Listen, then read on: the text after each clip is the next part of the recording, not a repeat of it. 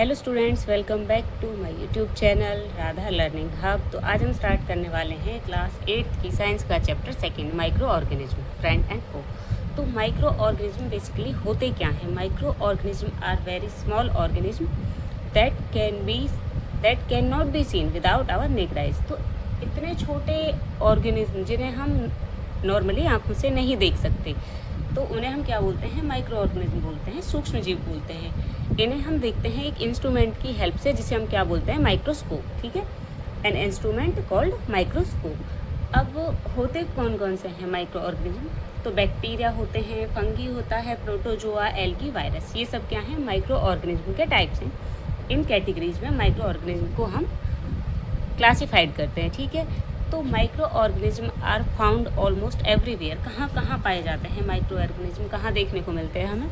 तो almost everywhere, हर जगह पाए जाते हैं। एयर में पाए जाते हैं, वाटर में, सॉइल में, फूड में, हॉट स्प्रिंग में, डेजर्ट में, कोल्ड रीजन्स में, ह्यूमन बॉडी और एनिमल्स के अंदर, और प्लांट्स पे भी। ठीक है, तो माइक्रो ऑर्गेनिज्म हर जगह पाए जाते हैं। I hope you understand. उसके बाद कुछ माइक्रो ऑर्गेनिज्म क्या हैं? वो एक्सट्रीम कंडीशंस में सर्वाइव करते हैं, लेकिन कुछ नहीं सर्वाइव कर पाते। तो माइक्रो ऑर्गेनिज्म के सर्वाइव करने की जो कंडीशंस हैं वो अलग अलग हैं। आफ्टर दैट मेन ग्रुप्स कौन कौन से हैं माइक्रो ऑर्गेनिज्म के, हम डिस्कस करेंगे कि मेन ग्रुप कौन कौन से हैं माइक्रो ऑर्गेनिज्म के। Micro organism are mainly classified into bacteria. ठीक है, तो बैक्टीरिया में क्या क्या होता है? जैसे आपका लैक्टोबैसिलस हो गया, राइजोबियम हो गया, इकोलाई हो गया। फंगस की बात करें, फंगी की बात करें, यीस्ट हो गया, ब्रेड मोल्ड हो गया, मशरूम हो गया। Protozoa, amoeba, paramecium, Plasmodium. Algae की बात करें, क्लाइडोमोनास, स्पाइरोगायरा, ये सब हो गए। और वायरस क्या है? Virus are extremely small micro organism. Virus क्या है? बहुत छोटे सूक्ष्म जीव हैं, बहुत छोटे। वो क्या करते हैं? रिप्रोड्यूस करते हैं एक लिविंग सेल के अंदर। लिविंग ऑर्गेनिज्म की जो सेल है उनके अंदर ये रिप्रोड्यूस करते हैं। बेसिकली वायरस जो होता है वो एक चेन की तरह काम करता है लिविंग और नॉन लिविंग के बीच में। अगर इन्हें नॉर्मल कंडीशन में देखा जाए तो ये नॉन लिविंग की तरह रहते हैं, लेकिन अगर ये लिविंग के अंदर एंटर करते हैं तो ये रिप्रोड्यूस करते हैं लिविंग ऑर्गेनिज्म की तरह। ठीक है, अगर बात करें हम वायरल डिजीज़ की, जो वायरस की वजह से डिजीज़ होते हैं, जैसे कॉमन कोल्ड हो गया, पोलियो हो गया, मिसेल्स हो गया, चिकन पॉक्स, डेंगू और कोविड-19। ठीक है, कोविड-19 तो अभी ही गया है भाई। उसके बाद a virus behaves like a non living thing outside. अभी बताया कि भाई अगर आउटसाइड लिविंग सेल के है तो वो नॉन लिविंग की तरह काम करता है, लेकिन अगर लिविंग सेल के अंदर है तो वो रिप्रोड्यूस करता है लिविंग थिंग की तरह, लिविंग ऑर्गेनिज्म की तरह। ठीक है, इसके बाद हम बात करते हैं माइक्रो ऑर्गेनिज्म एंड अस, मतलब क्या कनेक्शन है माइक्रो ऑर्गेनिज्म का हमारे साथ, क्या बेनिफिट हैं, क्या नहीं है बेनिफिट, क्या इनके हार्मफुल इफ़ेक्ट हैं, वो सब चीज़ें। तो माइक्रो ऑर्गेनिज्म फ्रेंड की तरह भी काम करते हैं, फो की तरह भी काम करते हैं, मतलब दुश्मन की तरह भी काम करते हैं। तो जो यूजफुल माइक्रो ऑर्गेनिज्म है वो हमें हेल्प करते हैं किस चीज़ में? कर्ड बनाने के लिए, ब्रेड बनाने के लिए, टैबलेट मेडिसिन प्रोड्यूस करने के लिए, सॉइल फर्टिलिटी को इंक्रीज करने के लिए, एल्कोहल बनाने के लिए, और जो डेड ऑर्गेनिज्म है उनके डिकम्पोजिशन के लिए। ठीक है, इन सब चीज़ों में वो हेल्प करते हैं। और एज ए एनिमी कैसे काम करते हैं? ये हार्मफुल माइक्रो ऑर्गेनिज्म क्या इफेक्ट है इनके? हार्मफुल में क्या इफेक्ट है? तो डिजीज़ का कारण बनते हैं, फूड को स्पॉइल करते हैं। ठीक है, प्लांट और एनिमल में डिजीज़ का कारण बनते हैं। Therefore micro organism can be both friends and enemy, friends and. ठीक है, micro organism use in making curd. अब बात करते हैं जो हम दही बनाते हैं, थोड़ा डिटेल में बात करेंगे। तो जो हम दही बनाते हैं उसमें कौन सा माइक्रो ऑर्गेनिज्म और कैसे हेल्प करता है? ठीक है, तो सबसे पहले बैक्टीरिया होता है, ये पढ़ना है। तो curd is made from the milk, पता है दूध से दही बनती है, हर घर में बनती है। तो किसकी हेल्प से बनती है? एक बैक्टीरिया है जिसका नाम क्या है? लैक्टोबैसिलस।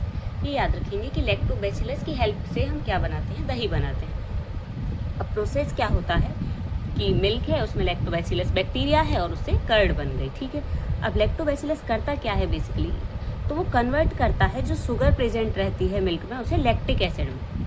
ठीक है, लैक्टोबैसिलस का फंक्शन क्या है? कर्ड जमाने में वो कैसे हेल्प करता है? तो वो जो शुगर रहती है मिल्क के अंदर उसे लैक्टिक एसिड में कन्वर्ट कर देता है। ठीक है, और जो लैक्टिक एसिड है वो किस में चेंज हो जाता है?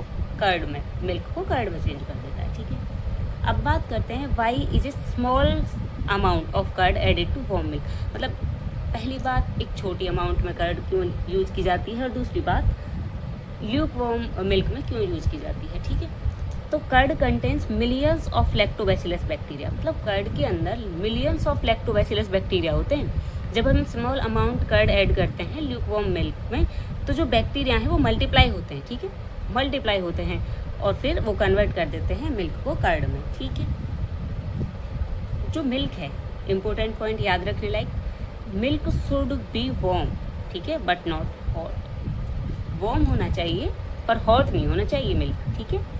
Very high temperature can kill the bacteria, अगर जो मिल्क है वो हॉट होगा, मतलब ज़्यादा गर्म होगा, तो जो हाई टेम्परेचर वो बैक्टीरिया को किल कर देगा और दही नहीं बन पाएगी, ठीक है। अब बात करते हैं micro organism use in making bread. तो ब्रेड बनाने में माइक्रो ऑर्गेनिज्म यूज होते हैं उसके बारे में, ठीक है।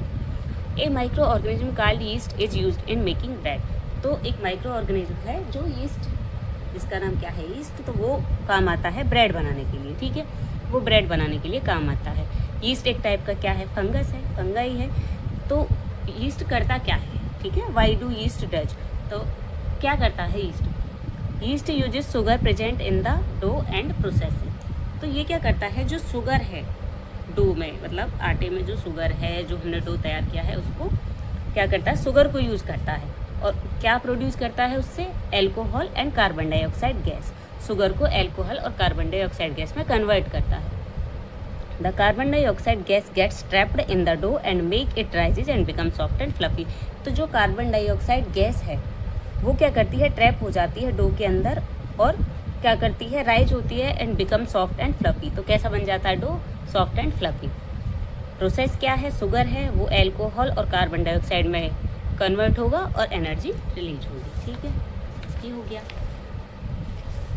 उसके बाद क्या है, यीस्ट एंड एल्कोहल प्रोडक्शन। तो यीस्ट की हेल्प से ही एल्कोहल प्रोडक्शन भी किया जा सकता है। तो yeast is also use to produce alcohol, wine, beer.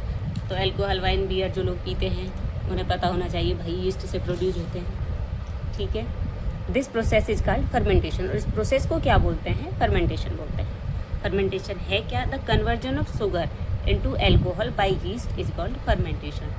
तो एल्कोहल प्रोड्यूस करने की प्रोसेस शुगर से, conversion of sugar into alcohol by yeast is called fermentation. तो sugar plus by yeast gives us alcohol and carbon dioxide. This process has been use for thousands of year, बहुत time से use होती आ रही है ये process, ठीक है। अब उसके बाद क्या है, आई होप समझ आ गया होगा, ये छोटा सा ही है कि फर्मेंटेशन की हेल्प से होता है एल्कोहल, वाइन, बियर, ये सब प्रोड्यूस। यीस्ट की हेल्प से शुगर को हम एल्कोहल और कार्बन डाइऑक्साइड में कन्वर्ट करते हैं। अब जो माइक्रो ऑर्गेनिज्म है मेडिसिन में कैसे यूज होते हैं, तो some micro organism are use to produce medicine called antibiotics. तो कुछ माइक्रो ऑर्गेनिज्म मेडिसिन प्रोड्यूस करने के लिए यूज होते हैं जिन्हें हम क्या बोलते हैं, एंटीबायोटिक्स। तो एंटीबायोटिक्स क्या है, antibiotics are medicine that kill or stop the growth of disease causing micro organism. तो उन माइक्रो ऑर्गेनिज्म की ग्रोथ को रोकते हैं या किल करते हैं जो बीमारी पैदा करने वाले होते हैं। तो जैसे पेनिसिलिन हो गया, स्ट्रेप्टोमाइसिन हो गया, टेट्रासाइलिन हो गया और आपका इथ्रोमाइसिन हो गया, ठीक है। तो ये सब क्या है, आपके एंटीबायोटिक हैं। तो आज के लिए इतना ही, बाकी कल करेंगे। Thanks for watching, bye bye.